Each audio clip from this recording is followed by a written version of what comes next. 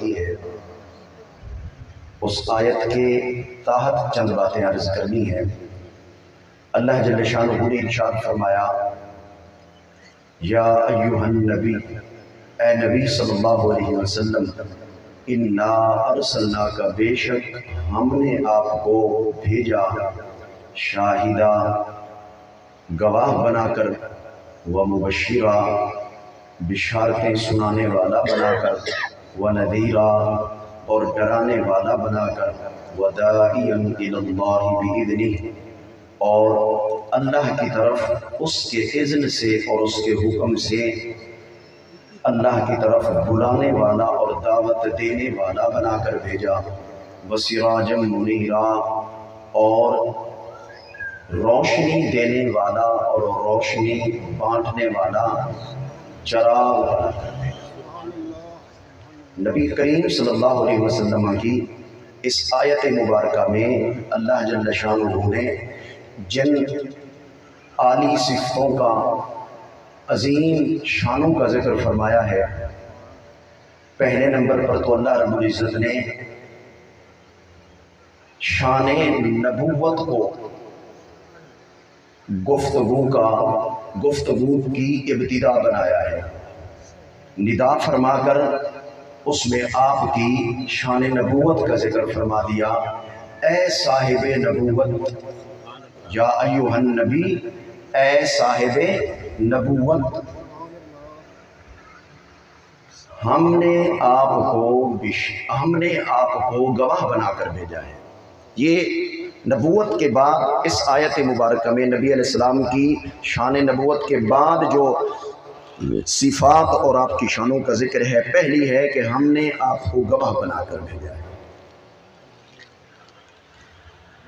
نبی علیہ الصلوۃ والتسلیم کے گواہ ہونے کا مطلب کیا ہے؟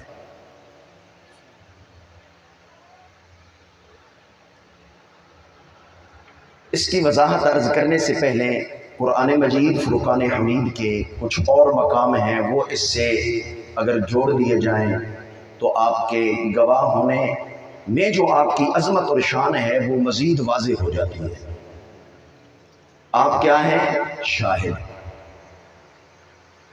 اللہ رب العزت نے قرآن مجید میں آپ کو شہیدہ بھی فرمایا ہے۔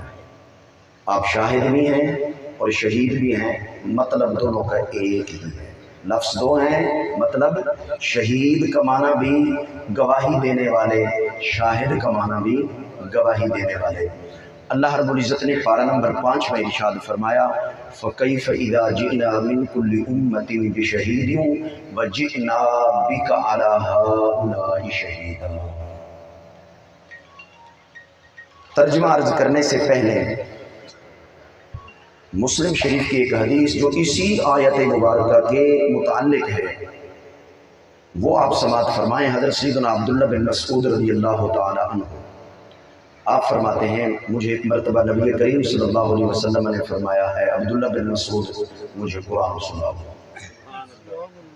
آپ فرماتے ہیں، میں نے عرض کی، یا رسول اللہ صلی اللہ علیہ وسلم، آپ پر قرآن اترا ہے تو آپ پڑھیں، میں آپ کے سامنے کیسے پڑھوں؟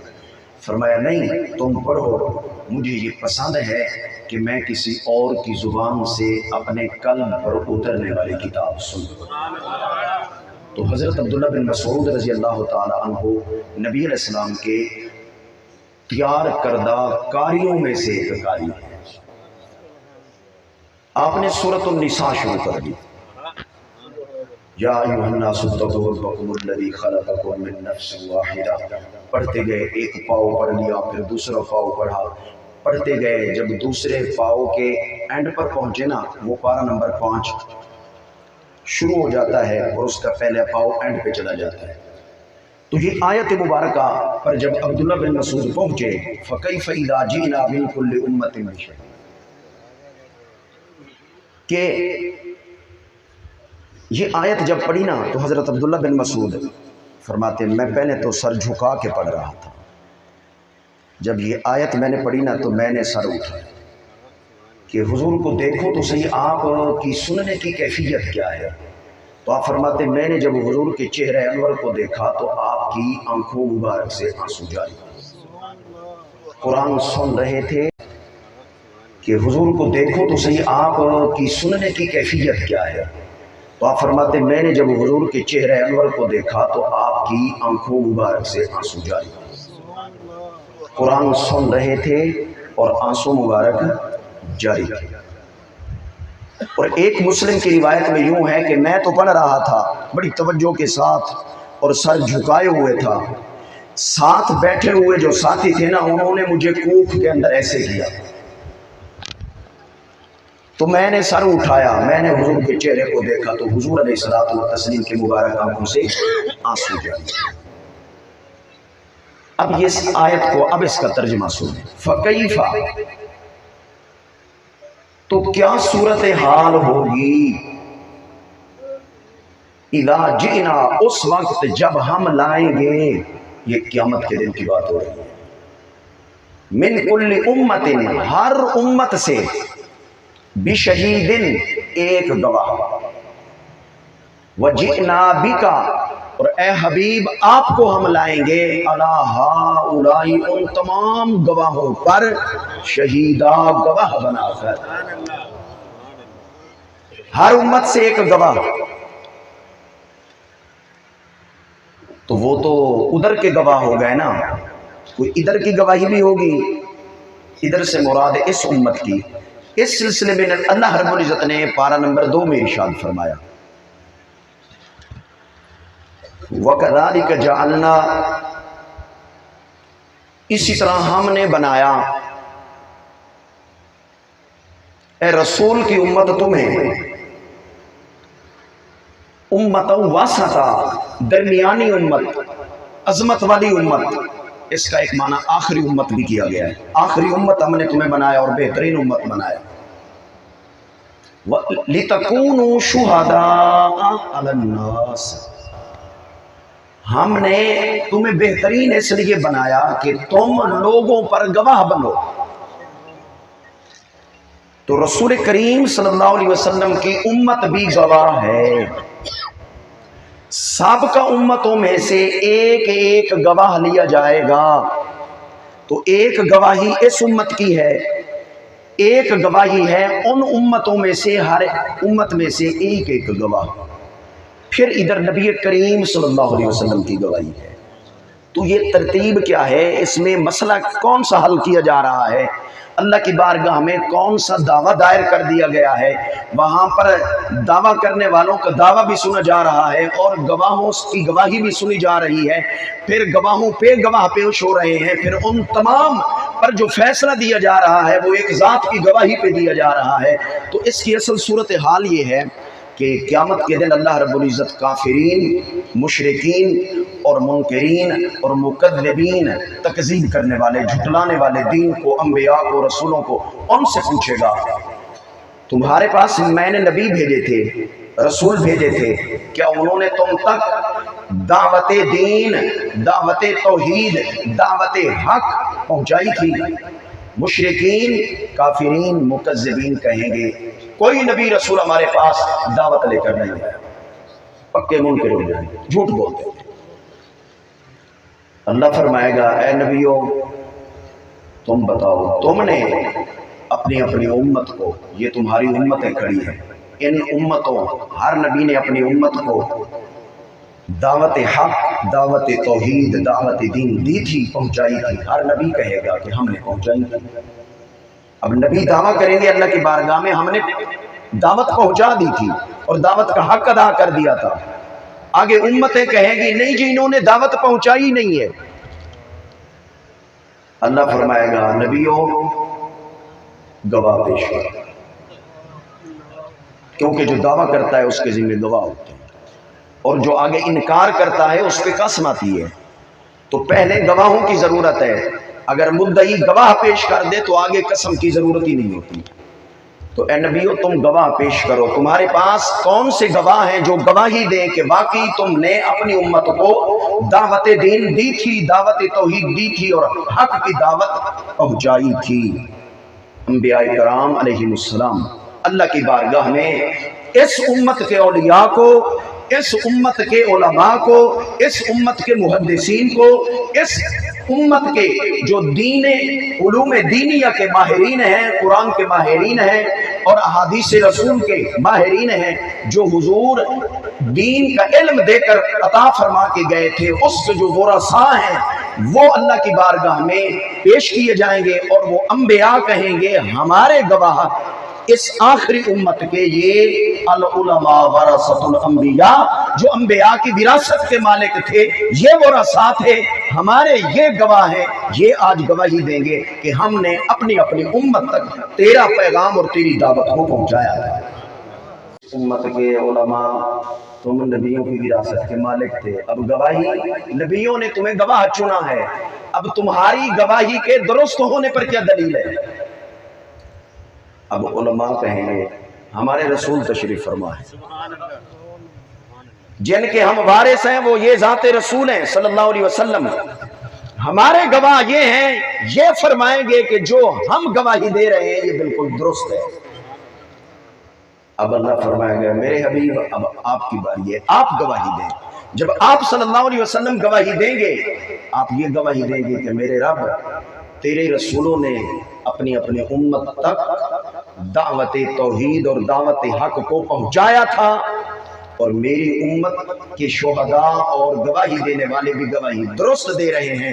جب رسول کریم صلی اللہ علیہ وسلم انبیاء پر بھی گواہی دیں گے اور اپنی امت کے علماء اور شہداء پر بھی گواہی دیں گے، تب نبیوں کا دعویٰ بھی درست ثابت ہوگا، اور اس امت کے جو اہل علم حضرات جن کو اللہ رب العزت وہاں شرف یہ عطا فرمائے گا، یہ گواہی دیں گے، ان کی گواہی کا مکمل ہونا اور درست ہونا بھی گواہی مصطفیٰ سے جڑا ہوا ہے، اور انبیاء کے دعووں کا اور ان کی گواہیوں کا درست ہونا بھی اور کامل ہونا بھی اور ثابت ہونا بھی نبی کریم صلی اللہ علیہ وسلم کی گواہی سے جڑا ہوا ہے۔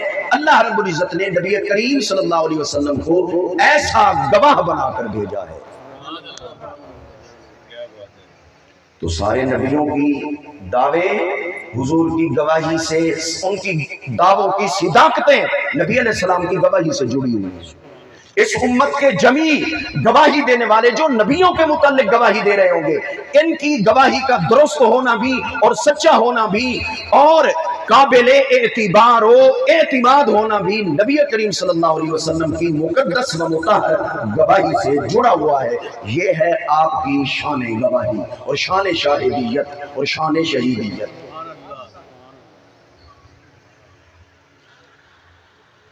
یہ تو ہے نبی علیہ السلام کی گواہی، جو تمام نبیوں، تمام رسولوں اور آپ کی امت کے جتنے گواہ پیش ہوں گے ان سب سے جڑی ہوئی ہے۔ تو اس کو ہم اس عنوان سے لے سکتے ہیں، یہ ہے عمومی گواہی، عام ہے سب کے لیے۔ بعض گواہیاں رسول کریم صلی اللہ علیہ وسلم کی اپنی امت کے حق میں، بعض خاص افراد کے حق میں بھی الگ الگ طور پر۔ مثلا نبی کریم رؤوف الرحیم تاجدار دو عالم صلی اللہ علیہ وسلم نے ارشاد فرمایا من حفظ على امتی 40 حدیثا فی امر دینها بعثه اللہ یوم القیامت فقیہا وکنت له یوم القیامت شافعا وشہیدا۔ فرمایا جو میرا امتی میری 40 حدیثیں یاد کرے گا، حفظ کرے گا، کتنی حدیثیں ہیں؟ 40 حضور کے فرمان یاد کرے گا، فی امر دینہا، ایسی 40 حدیثیں جن کا تعلق دین کے احکام سے اور دین کے مسائل سے ہے۔ اللہ رب العزت قیامت کے دن ایسے میری امتی کو فقہا اور علماء کی جماعت میں کھڑا کر دے گا۔ وَكُنْتُ لَهُ يَوْمَ الْقِيَامَةِ، میں خود نبی رسول اس کی شفاعت بھی کروں گا اور اس کی گواہی بھی دوں گا۔ وہ تو انبیاء ہوں گے نا، رسول ہوں گے، ان کی تو کیا ہی شان ہے، ادھر بھی گواہی رسول کریم کی چل رہی ہے اور ادھر سے ادنا سا امتی ہے، اس نے حضور کے 40 فرامین یاد کر لیے ہیں اور معاملہ دین کے متعلق پھر ان کو حفظ کیا اور ان کو یاد کیا، ان میں غور کیا، ان پہ عمل کیا، دوسروں تک پہنچانے کی کوشش کی، تو نبی کریم صلی اللہ علیہ وسلم نے فرمایا میں اس کی شفاعت بھی کروں گا اور اس کے بارے میں گواہی دوں گا۔ من زار قبری وجبت لہو شفاعتی، نبی کریم صلی اللہ علیہ وسلم نے فرمایا میرے اس دنیا سے تشریف لے جانے کے بعد، قبر کے اندر تشریف فرما ہونے کے بعد جو جو میرے پاس آئے گا، میری قبر کی زیارت کے لیے آئے گا، قیامت کے دن میں اپنی قبر کی زیارت کرنے والوں کے متعلق بھی اللہ کی بارگاہ میں شفاعت کروں گا، مولا یہ بھی میری قبر کی زیارت کے لیے آیا تھا، یہ بھی میری قبر کی زیارت کے لیے آیا تھا، یہ نیت ہی اسی نیت سے آیا تھا کہ میں اپنے محبوب کی، اپنے نبی کی قبر کی زیارت، یہ نیت ہی اسی نیت سے آیا تھا کہ میں اپنے محبوب کی، اپنے نبی کی قبر کی زیارت۔ اب یہ زیارت قبر کی ہے، صاحب قبر کی نہیں ہے،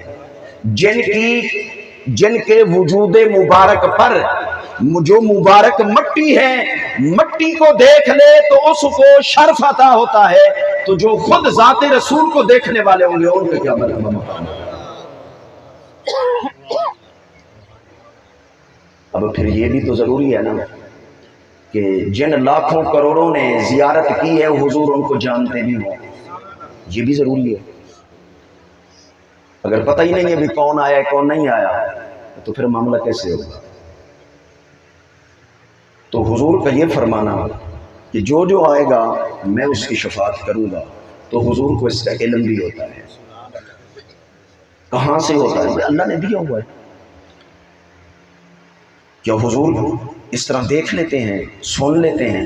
ہاں، یہ شان اللہ اپنے نبیوں اور رسولوں کو عطا فرماتا ہے، بلکہ وہ تو ولیوں کو بھی عطا فرماتا ہے۔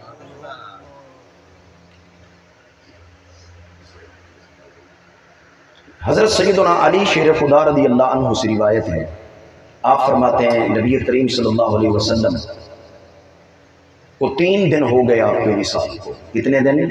3 دن ہو گئے۔ 3 دنوں کے بعد ایک عربی آیا، اس کو پتہ چلا کہ نبی علیہ السلام تو اس دنیا سے جا چکے ہیں۔ وہ آیا قبر کے اوپر، قبر کی مٹی سر پر اٹھائی اور سر پر لگائی اور رونے لگ گیا، عرض کی یا رسول اللہ صلی اللہ علیہ وسلم میں تو بڑا ظالم ہوں، میں تو اپنی جانوں پہ ظلم کر بیٹھا ہوں، اب آپ کی بارگاہ میں حاضر ہوا ہوں اور آپ جو ہے نا اب قبر مبارک میں تشریف فرما ہیں، اور میں نے تو آپ نے ہم تک اللہ کی کتاب پہنچائی، میں نے قرآن کے اندر یہ آیت بھی پڑھی ہے وَلَوْ أَنَّهُمْ إِذْ ظَلَمُوا أَنفُسَهُمْ جَاءُوكَ فَاسْتَغْفَرُوا اللَّهَ وَاسْتَغْفَرَ لَهُمُ الرَّسُولُ لَوَجَدُوا اللَّهَ تَوَّابًا رَحِيمًا۔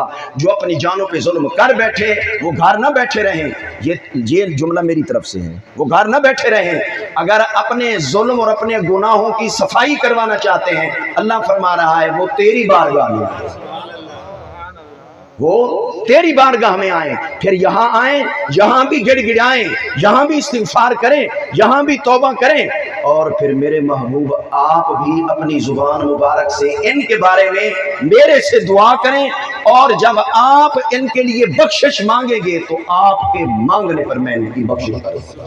لَوَجَدُ اللَّهَ تَوَّابًا رَحِيمًا، بہت توبہ قبول کرنے والا اور رحمت کرنے والا یہ پائیں گے کب؟ جب آئیں گے آپ کے پاس تب پائیں گے، آنا پڑے گا۔ اس نے عرض کی یا رسول اللہ میں تو آ گیا ہوں کہ میرے تو بڑے بڑے ظلم نے، اور میرے ہوتے بھی کوئی کرم ہونا چاہیے۔ سیدنا علی رضی اللہ عنہ فرماتے ہیں قبر سے آواز آئی جو ہم نے بھی اپنی کانوں سے سنی، فرمایا عربی تیری بخشش ہو گئی ہے، آنے والے کو جانتے ہیں۔ یہ حدیث کہاں کھڑی ہے؟ میرے پاس الحمدللہ حوالہ جات ہیں، ہاں منوانا میرے ذمہ نہیں ہے، دکھا دینا میرے ذمہ ہے، بس آگے ہدایت تو اللہ کے پاس ہے۔ اگر کوئی کہے جی میں نہیں مانتا تو اس کا علاج ہمارے پاس نہیں ہے، اگر کوئی مان لے تو الحمدللہ اچھی بات ہے۔ بیان کرنے والے صحابی رسول ہیں، اور وہ پھر خلفائے راشدین میں سے ہیں، پھر وہ باب علم مدینہ رسول صلی اللہ علیہ وسلم ہیں۔ یہ کثیر محدثین نے اس آیت کے تحت، مفسرین نے، شافی مفسرین نے، حنفی مفسرین نے، حنبلی مفسرین نے، مالکی مفسرین نے، یہ ہیں 4، اور یہ ہیں اہل سنت، ان کا مجموعہ، یہ 4 کا مجموعہ یہ ہے اہل سنت۔ اور انہوں نے اپنی اپنی تفسیر میں پارہ نمبر 5 میں یہ آیت مبارکہ کھڑی ہے، اس کی تفسیر میں بڑے بڑے ائمہ محدثین نے یہ روایت جو حضرت سیدنا علی شیر خدا سے مروی ہے اس کو بھی ذکر کیا ہے، اور بھی روایتیں ہیں جو اس واقعے کے سے الگ ہیں وہ بھی ذکر کی ہیں۔ بعد میں آنے والے آئے، انہوں نے کہا یا رسول اللہ ہم آپ کے پاس حاضر ہو گئے ہیں اور قرآن کی آیت ہے کہ ظلم کر بیٹھے تو ادھر آؤ، ہم ادھر آ چکے ہیں، اب اگلا کام آپ کے ذمہ ہے، آپ نے کرم فرمانا ہے تو پھر کرم کر دیا جاتا ہے۔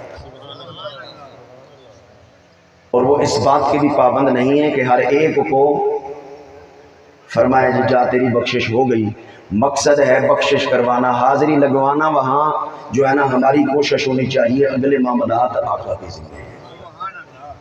بعض اس چیز کے اہل ہوتے ہیں کہ ان کو بتا بھی دیا جاتا ہے کہ تمہاری بخشش ہو گئی۔ حضرت ابو امامہ رضی اللہ تعالی عنہ اس حدیث کے راوی ہیں، آپ فرماتے ہیں رسول کریم صلی اللہ علیہ وسلم نے ارشاد فرمایا من غدا الى المسجد لا يريد الا ان يتعلم خيرا او يعلمه كان له كاجر حاج تاما حجته۔ آپ صلی اللہ علیہ وسلم نے یہ خوشخبری اور یہ بشارت سناتے ہوئے ارشاد فرمایا، کیا بشارت خوشخبری، اور یہ کس کے لیے سنیں؟ فرمایا جو صبح کے وقت اللہ کے گھر کی طرف آئے، اللہ کا گھر مسجد ہے، یہ اللہ کا گھر ہے، اللہ کے گھر آئے، کس نیت و ارادے سے آ رہا ہے؟ آپ صلی اللہ علیہ وسلم نے فرمایا یریدو، نیت ارادہ یہ ہے کہ میں مسجد میں جا کر خیر سیکھوں گا یا خیر سکھاؤں گا، خیر سیکھوں گا، خیر سکھاؤں گا۔ اس خیر سے مراد کیا ہے؟ اس حدیث کو جس امام محدث نے یہ کتاب حدیث کی مرتب کی ہے انہوں نے اوپر عنوان لکھا ہے الترغیب فی الرحلۃ فی طلب العلم، علم دین حاصل کرنے اور سیکھنے کے لیے سفر کرنے کا باب اور عنوان۔ تو اس کا مطلب یہ ہوا حدیث میں خیر سیکھنے سے مراد علم دین سیکھنا ہے۔ خیر سے یہ کھانے پینے والی خیر مراد نہیں ہے، اس خیر سے مراد علم والی خیر ہے، علم دین حاصل کرنے والی خیر۔ فرمایا جو علم دین، دین رسول صلی اللہ علیہ وسلم کا علم حاصل کرنے کے لیے صبح مسجد کی طرف آیا، سیکھنے کے لیے یا سکھانے کے لیے، سکھانے والے کو بھی شامل کر لیا، سیکھنے والے کو بھی حضور نے شامل فرما دیا۔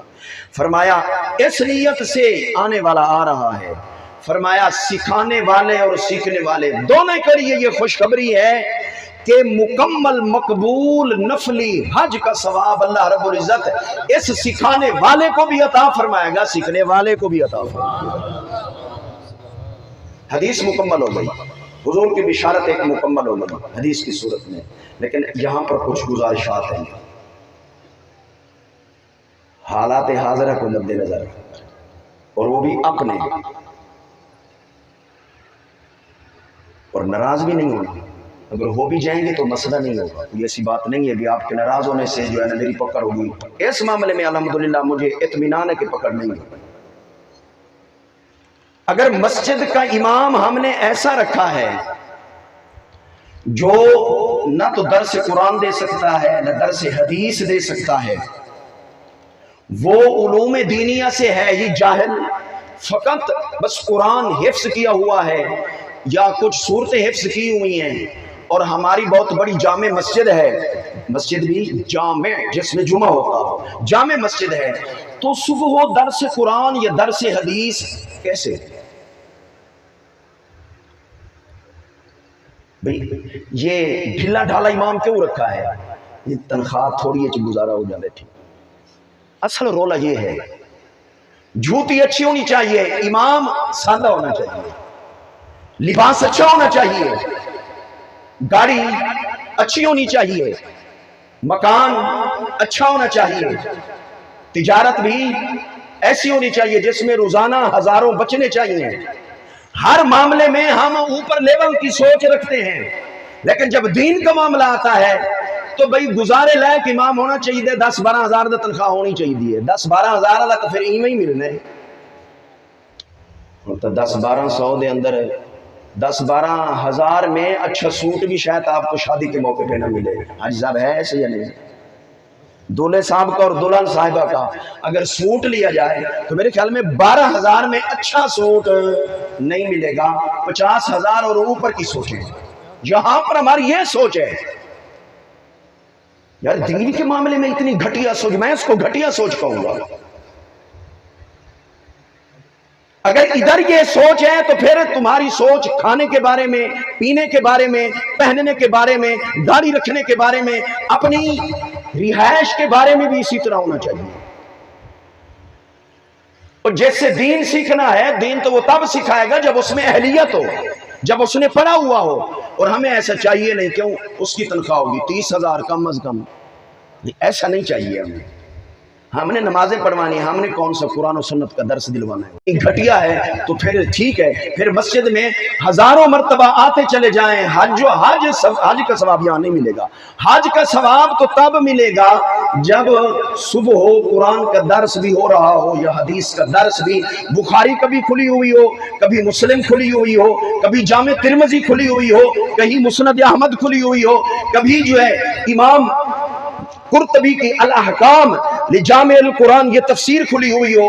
تو یہ تفاسیر اور احادیث کا درس بھی تب ہو سکتا ہے جب آنے والا یہ ساری چیزیں 10, 12, 15 سال لگا کے آیا ہو. پھر وہ جب تیری مسجد جامع میں کھڑا ہوگا نا, پھر وہ علم کی بات کرے گا, پھر تمہاری وہ تربیت کرے گا. تو ایسا امام لانے والے کون ہوتے ہیں؟ آپ ہی ہوتے ہیں, انتظامیہ آپ نہیں ہوتے. جب انتظام ہے, جب انتظامیہ منتظمین کی سوچ یہ ہے تو پھر وہاں پر کوئی اچھا تو نہیں آ سکتا. یار دیکھیں, اللہ نے اپنی مخلوق اور امتوں کی تربیت کے لیے کیسے بھیجے. آدم جیسا, نوح علیہ السلام جیسا, ابراہیم جیسا, موسیٰ علیہ السلام جیسا, اس امت کے لیے سید الانبیاء صلی اللہ علیہ وسلم. تو وہ تربیت اور وہ علم اور وہ نور ٹرانسفر وہاں سے ہوگا جو وارثان ہیں, اور وارثان وہی ہوں گے جنہوں نے پڑھا ہوا ہو, اچھی طرح اس پر محنت کی ہوئی ہو. پھر جب ایسا امام آپ کی مسجد میں کھڑا ہوگا, پھر وہ آپ کو بخاری کا درس بھی دے گا, پھر مسلم کا درس بھی دے گا, پھر وہ قرآن اور تفسیر کا درس بھی دے گا, حرام و حلال کے حکام آپ کو بتائے گا. پھر آپ کی چاپلوسی وہ نہیں کرے گا. جب ہوگا جاہل لا علم تو پھر چاپلوسی سے ہی کام چلتا ہے. یاد رکھیں, دین کے معاملے میں ہمارے اندر یہ بہت بڑی کمی ہے اور اس کا ازالہ کرنا چاہیے. اللہ ہمیں ہدایت دے اس سلسلے کے اندر بھی. انتخاب ہمارا اچھا ہونا چاہیے. مسجد کے معاملات چلانے کے لیے اور ملک کے معاملات بھی چلوانے کے لیے انتخاب تو ہم نہیں کرنا ہے, ادھر بھی ٹھیک ہونا چاہیے, ورنہ بیڑے غرق ہو جاتے ہیں. آپ ہنس رہے ہیں کہ میں کوئی غلط بات کر رہا ہوں. آپ اگر خوشی کے موقع پر کنجری کا انتخاب کر لیں اور آپ کہیں یہاں پہ ثواب ملے گا, ملے گا نہیں ملے گا. اگر اپنی گاڑی چلوانے کے لیے جاہل ڈرائیور جو گاڑی چلا ہی نہیں سکتا, اگر اس کو رکھ لیں تو آپ کی گاڑی کا بیڑا غرق ہوگا. آپ اپنے موٹر سائیکل کی ٹوننگ جو کرواتے ہیں, اگر موج سے کروانا چاہیں, بھی مدرسے میں چلتے ہیں مولانا صاحب سے, وہاں سے کرواتے ہیں, تو آپ کے موٹر سائیکل کا بیڑا غرق ہو جائے گا. مجھے تو پتہ ہی نہیں ہے. یہ ہے فقط مثالیں چند دینے کے لیے, اور مثالوں سے بات سمجھ آ جاتی ہے. تو مہربانی فرمائیں اس سلسلے کے اندر بھی ہماری جامع مساجد, خاص طور پر جامع مساجد کے جو متولیان حضرات ہیں, ان انتظامیہ حضرات ہیں, اچھے تکڑے عالم کا انتخاب کیا جائے جو قرآن و سنت بتانے والا ہو, دائیں بائیں کی مارنے والا نہ ہو, تاکہ کوئی دین کا علم بھی حاصل ہو اور نبی کریم صلی اللہ علیہ وسلم کی اتباع اور پیروی کا جذبہ بھی ہمیں اللہ عطا فرمائے. تو نبی علیہ السلام نے کیا بشارت سنائی؟ بشارت ان کو سنائی, فرمایا جو سیکھنے کے لیے مسجد میں صبح اور سکھانے کے لیے آ رہے ہیں, سیکھنے والا اور سکھانے والا دونوں کے لیے روزانہ یہ کام کریں تو روزانہ کی بنیاد پر ایک مقبول حج, نفلی, فرض نہیں, نفلی کا ثواب اللہ عطا فرمائے گا بغیر 15 لاکھ لگائے.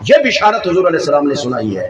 اگر پیر شریعت کے خلاف قدم اٹھا رہا ہو، جاہل ہو اور فاسق و فاجر ہو، اس کے پاؤں چومنا بھی حرام ہے، اس کے ہاتھوں کو چومنا بھی حرام ہے، اس کی بیعت کرنا بھی جائز نہیں ہے، لیکن تیرے والدین اس طرح کے ہو، یہاں پر ادب کرنا بھی لازمی ہے، ہاتھ پاؤں چومنا بھی لازمی ہے، ان کو نذرانے دینا، ان پہ خرچ کرنا بھی لازمی ہے، یہ گندیاں گالیاں بھی دے دے، یہاں پر چپ رہنا بھی تیرے اوپر لازمی ہے۔ کیوں؟ جب تو چپ رہے گا، صبر کرے گا، تیرے نامہ اعمال میں لکھا جا رہا ہوگا فرشتوں اس کے لیے حج کا ثواب بھی لکھ دو، اس بیٹے اور بیٹی کے لیے، اس کے لیے عمرے کا ثواب بھی لکھ دو، اور اس کے لیے جہاد کا ثواب بھی لکھ دو، لیکن ہے مشکل۔ یہ خوشخبری بھی تیرے میرے حبیب نے سنائی ہے، کیوں آپ مبشرہ ہیں۔ دیکھو اولاد کی صفائی اور ستھرائی اور تزکیہ اور تادیب ادب سکھانے کا انتظام و اہتمام نبی کریم صلی اللہ علیہ وسلم نے اپنے اس فرمان میں کس بہترین انداز میں فرمایا ہے۔ اور بھی بہت ساری حدیثیں میں نے تو نشان لگائے ہوئے ہیں۔ اگلی جو حضور کی عظمت اور شان اس آیت میں بیان فرمایا، نذیرہ ہم نے ڈرانے والا بنا کر دیا ہے۔ تو ہے کوئی موڈ ڈرنے کا؟ حضور نے ڈرایا ہے نا، تب بھی بات وہی ہے، نہ چاہے تب بھی وہ نذیرہ ہے، ڈرا رہے ہیں، ڈراتے ہیں اور ڈرایا ہے، اور یہ ڈرانا بھی اصلاح کرتا ہے۔ بشارت سنانا یہ بھی اصلاح کے لیے ہے، بگاڑنے کے لیے نہیں ہے، اور ڈرانا بھی اصلاح کے لیے ہے۔ تو نبی کریم صلی اللہ علیہ وسلم نے ڈرایا ہے۔ نبی کریم صلی اللہ علیہ وسلم نے فرمایا فَإِنَّ مَنْ تَرَى كَالصَّلَاةَ الْمَكْتُوبَةَ مُتَعَمِّدًا فَقَدْ بَرِئَتْ مِنْهُ ذِمَّةُ اللَّهِ وَفِي رِوَایَةٍ وَذِمَّةُ رَسُولِهِ۔ نبی کریم صلی اللہ علیہ وسلم نے ڈراتے ہوئے ارشاد فرمایا، جو جان بوجھ کر ایک نماز فرض چھوڑ دے وہ اللہ کی حفاظت سے بھی نکل گیا، وہ رسول کریم کی حفاظت سے بھی نکل گیا۔ ہن کوئی موج لگی ہوئی نہیں، لگیاں نہیں موجاں، ہن کوئی موج لگی ہوئی نہیں، یہ رسول اللہ فرما کوئی موج نہیں ہوئی۔ ہن تو فکر کر، اللہ کی حفاظت بھی تیرے سے دور ہو گئی، نبی کریم کا ذمہ بھی تیرے سے دور ہو گیا، تو تیریاں موجیں کیویں لگ گئی؟ تو ہن جیڑے ٹکڑے کھاویں تھے، ٹکڑیاں نے کام نہیں کرنا، جو اللہ رسول کروانا چاہتا ہے تو کرے گا تو پھر موج ہوگی۔ اگر تو ان کی بات نہیں مانے گا، تو اپنی شاعرانہ زبان میں جو کہہ لو اور جو سن لو، کوئی موج نہیں ہے، کوئی بیڑا پار نہیں ہے۔ جب اللہ کا ذمہ ہی اٹھ گیا تیری پشت سے، اور اللہ کی حفاظت ہی دور ہو گئی، اور رسول کریم نے بھی اپنی حفاظت اور اپنی رحمت والی حفاظت دور فرما لی، تو حضرت جی اب بتا، تیرا بیڑا تو ڈامڈ ہو گیا، تو غرق ہونے کے قریب چلا گیا ہے۔ اسی طرح یہ نہیں ہے، مہربانی کیا، دین کو دین سمجھ کے لیں، والدین کو والدین سمجھ کے لیں، بڑوں کو بڑا سمجھ کے لیں، حرام کو حرام سمجھیں، حلال کو حلال سمجھیں، جو گناہ ہے اس کو گناہ سمجھیں، جو نیکی ہے اس کو نیکی سمجھیں۔ اللہ کا ذمہ نے، یار تو میرے ذمہ، کوئی رولا نہیں، تو میرے ذمہ۔ تو اللہ فرماتا ہے بندہ مومن تو میرے ذمہ تب ہوگا، میری حفاظت میں تو تب ہوگا جب تو میرے فرض کی حفاظت کرے گا۔ تو میرے فرض کی حفاظت کر، میں تیری حفاظت کروں گا۔ اگر تو نے میرے فرض کو چھوڑا تو پھر میری حفاظت تجھے نہیں ملے گی۔ رسول کریم بھی فرما رہے ہیں جب اللہ اپنی حفاظت دور کر لیتا ہے تو رسول کیا کرے گا؟ تو رسول اللہ نے بھی فرمایا میری حفاظت بھی اس سے، میرا ذمہ بھی اس سے اٹھ جاتا ہے۔ یہ نماز کی حفاظت کرے، اس صورت میں یہ رسول کی آنکھ کو ٹھنڈا کرے گا، حضور اس کو اپنی حفاظت میں۔ اور اس حفاظت سے مراد ایمان کی حفاظت بھی شامل ہے، دین کی حفاظت بھی شامل ہے، یہ قبر و حشر کی حفاظتیں اور ضمانتیں بھی اسی کے اندر شامل ہیں۔ یہ کوئی عام ضمانت و حفاظت نہیں ہے جو اس حدیث میں نماز پڑھنے کی وجہ سے حاصل ہوتی ہے اور نماز چھوڑنے کی وجہ سے بندہ محروم ہو جاتا ہے۔ آج نوجوان نسل بلکہ بعض عمر رسیدہ بھی بیٹھے رہتے ہیں، نماز نہیں پڑھتے، اپنے بچوں کو نہیں کہتے۔ بعض کی بات کر رہا ہوں، مسجد میں آج میں نمازی موجود ہیں، بزرگ بھی موجود ہوتے ہیں، نوجوان بھی موجود ہوتے ہیں۔ ہماری نئی نسلیں بہت دور ہو چکی ہیں۔ کوئی تعلیم کے نام پر نماز چھوڑ رہا ہے، کوئی تجارت کے نام پہ نماز کو چھوڑ رہا ہے، کوئی نوکری اور جاب کے نام پر نماز کو چھوڑ رہا ہے، اور جی مجھے ٹائم نہیں ملا۔ حضرت جی اللہ کے فرض کے لیے تو ٹائم نکال، اللہ تیری حفاظت کرے گا، تیرے مال کی بھی حفاظت ہوگی، تیری عزت کی بھی حفاظت ہوگی، تیری آبرو کی بھی حفاظت ہوگی، تیرے ایمان کی بھی حفاظت ہوگی۔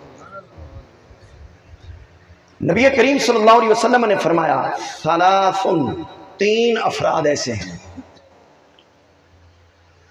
اللہ ان کے نہ فرض قبول کرتا ہے نہ نفل قبول کرتا ہے، نہ فرض عبادت نہ نفل عبادت۔ اب ڈرا رہے ہیں حضور علیہ السلام، اور ڈراتے ہوئے اصلاح فرما رہے ہیں ہماری۔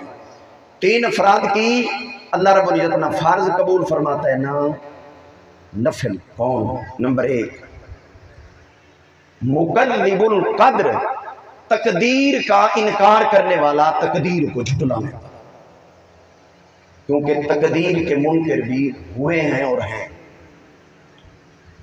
نمبر دو، المنان، احسان کر کے پھر جتلانے والا، کسی کے ساتھ نیکی کی، خیر خواہی کی، اس کی بھلائی کی، اس کی مدد کی، اس کی معاملت کی، بعد میں اس نے وہ دکھانا دایاں تھا اور بایاں دکھا دیا، اس نے کہا تجھے شرم نہیں آتی؟ فلاں موقع پر میں نے تو آپ کی مدد کی تھی، آپ کا سہارا بنا تھا، آپ کی میں نے خیر خواہی کی تھی، اور آپ کے ساتھ تو میں تھا، آج تو نے اس کا بدلہ یہی دیا ہے۔ اسی چیز کو کہتے ہیں احسان جتلانا، کہتے ہیں نا نیکی کر دریا میں ڈال۔ یہ سمجھانے کے لیے بزرگوں کے اس طرح کے جملے ہوا کرتے ہیں، کہاوتیں ہوا کرتی ہیں۔ تو جو احسان کر کے جتلائے، خاوند اپنی بیوی کو کہ یہ میرے تیرے اوپر احسان ہے اور تو کیا کر رہی ہے، وہ کہ میرے والدین نے تیرے اوپر یہ احسان کیا تھا، اب تو کیا کر رہا ہے؟ اب نو ساس کا سلسلہ شروع ہو گیا، وہ اس کو سنا ہے، وہ اس کو سنے، وہ کہ میرے تیرے اوپر یہ احسان ہے، اب تو نے یہ کیا، وہ کہ میرے تیرے اوپر یہ احسان۔ یہ جب یہ تماشا شروع ہوتا ہے تو اللہ فرض اور نفل عبادتیں روک دیتا ہے، ان کو قبول ہی نہیں کرنا۔ یہ اپنی زبانوں پہ کنٹرول کریں، اپنی عادتیں اور رویوں پر کنٹرول کریں، یہ دین کے مطابق کر لیں۔ اور کرنے کا مطلب یہ ہے احسان کرنے والا جتلائے نہیں، اور جس پہ احسان ہوا ہے وہ بھی حل جزاء الاحسان الا الاحسان فبأي آلاء ربكما تكذبان۔ سورہ رحمان میں اللہ کا فرمان ہے احسان اور نیکی کی جزا تو احسان ہی ہونا چاہیے۔ جو تیرے ساتھ نیکی کر رہا ہے تو بھی نیکی ہی کر اس کے ساتھ، اور جو نیکی کرنے والا ہے، احسان کرنے والا ہے، اس کو فرمایا جائے گا تو نے جتلایا تو تیرے فرض اور نفل برباد ہو جائیں گے۔ نمبر تین، العاق لوالدی، والدین کو ذلیل کرنے والی اولاد، والدین کو دکھ اور تکلیف میں ڈالنے والی جو اولاد ہے، یہ اب نمازیں پڑھیں، نمازیں اللہ قبول نہیں کرے گا، نمازوں کی، فرائض کی، نوافل کی قبولیت کو روک لے گا۔ تو اس انداز میں نبی کریم صلی اللہ علیہ وسلم نے ہمیں ڈراتے ہوئے بھی ہماری اصلاح فرمائی ہے۔ آخری بات، حدیث کی صورت میں رسول کریم صلی اللہ علیہ وسلم کی بارگاہ میں ایک عورت کا ذکر کیا گیا۔ عرض کی یا رسول اللہ، بڑی اچھی ہے، نمازیں پڑھتی ہے، زکوٰۃ ادا کرتی ہے، رمضان کے روزے رکھتی ہے، بڑی اچھی ہے، فقط ایک خامی ہے کہ اس کی بد زبانی سے اس کے جو ہمسائے ہیں وہ بڑے تنگ ہیں۔